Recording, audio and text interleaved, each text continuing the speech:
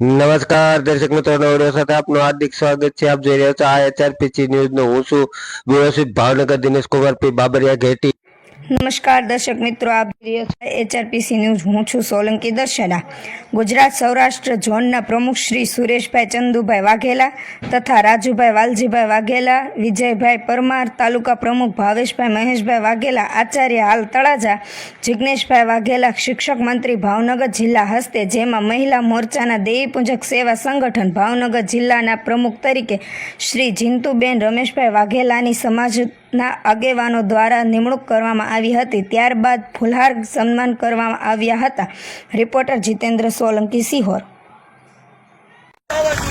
અને કોઈ પણ પ્રશ્ન હોય તો તમે બિંદાસ બેન દીકરીઓને વિનંતી કરું છું કે આવી અને આ જંતુબેનનો તમે કોન્ટેક્ટ કરો અને તમારો અવાજ ઉઠાવો.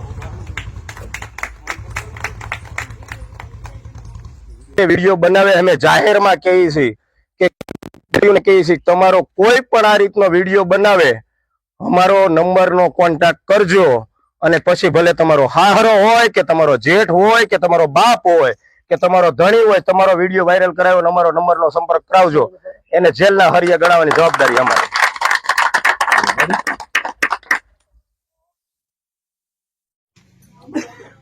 તો હું અત્યારે ગુજરાત સરકારને એવી વિનંતી કરવા માંગુ છું કે સાહેબ, તમે સવર્ણોમાં આર્થિક રીતે પછાત એના માટે તમે EWS લાવ્યા છો. તો હમણાં ગુજરાત સરકારે પોલીસ ભરતી કરી, એની અંદર મેરિટ મૂક્યું છે. તો એ મેરિટમાં EWS ને હું કોઈ સમાજનો વિરોધ નથી કરતો, પણ મારું એ જ કહેવાનું છે કે ભાઈ અમને તમે OBC માં રાખ્યા છે અને આ જે સવર્ણો હતા એમાં તમે EWS લાવ્યા, એટલે કે આર્થિક રીતે નબળા માટે તમે 10% કોટા લાવ્યો છે.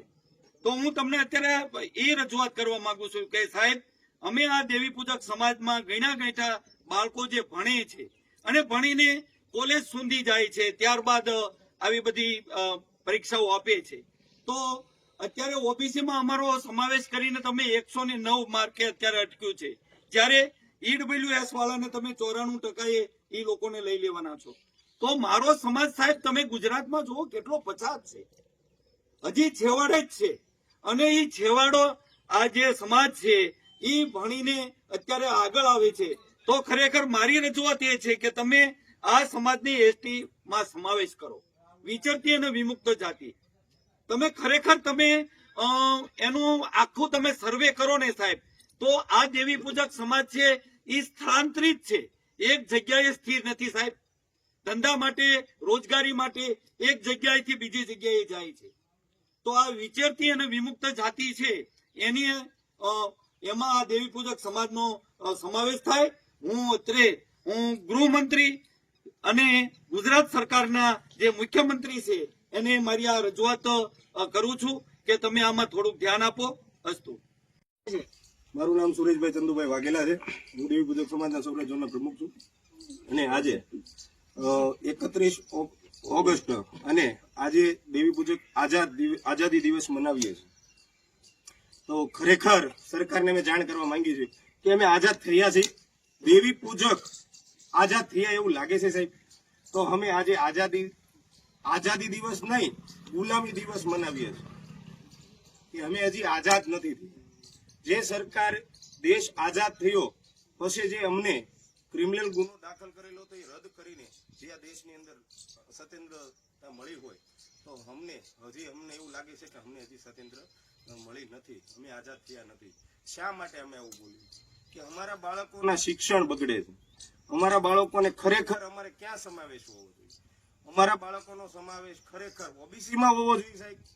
સરકારે જયારે દેશ આઝાદ થયો ત્યારે અમને ગોદે લીધા હતા કે નીચો વર્ણ ગરીબ વર્ગને અમે ગોદે લઈને એને સ્પેશિયલ અનામત આપશું. તો અમને અનામત આપવાની બદલે તો અમને હજી અંગ્રેજોની જેમ શેવાડામાં રાખવામાં આવે છે. તો અમે કેમ માની લઈએ કે અમે આઝાદ થયા છીએ? એટલે ખરેખર અમને વિચરતી વિમુક્તિના લાભો મળવા જોઈએ, NDDNT ના લાભો મળવા જોઈએ. અને આ OBC માં રાખીને અમને ઊંચી કોમમાં અમે રજવાડાની ઓલામાં હતા ભાઈ, તો અમને એમાં સમાવેશ કરી દીધો છે. અને બીજા બધા ઇન્ટરવ્યુમાં અમે જોઈએ કે બીજો વર્ણ જો અનામત માંગતો હોય તો અમારી ફરજ જ નથી. બીજો સમાજ જે છે એ ખમતીધર સમાજ છે એ અનામત માંગતો નહીં, એના જો તમે પાસ કરી દેતા હોય તો અમારા સમાજનું અનામત ક્યાં ગયું? અમારા બાળકોનું ભવિષ્ય ક્યાં ગયું? અમારા બાળકોનું શિક્ષણ ક્યાં ગયું?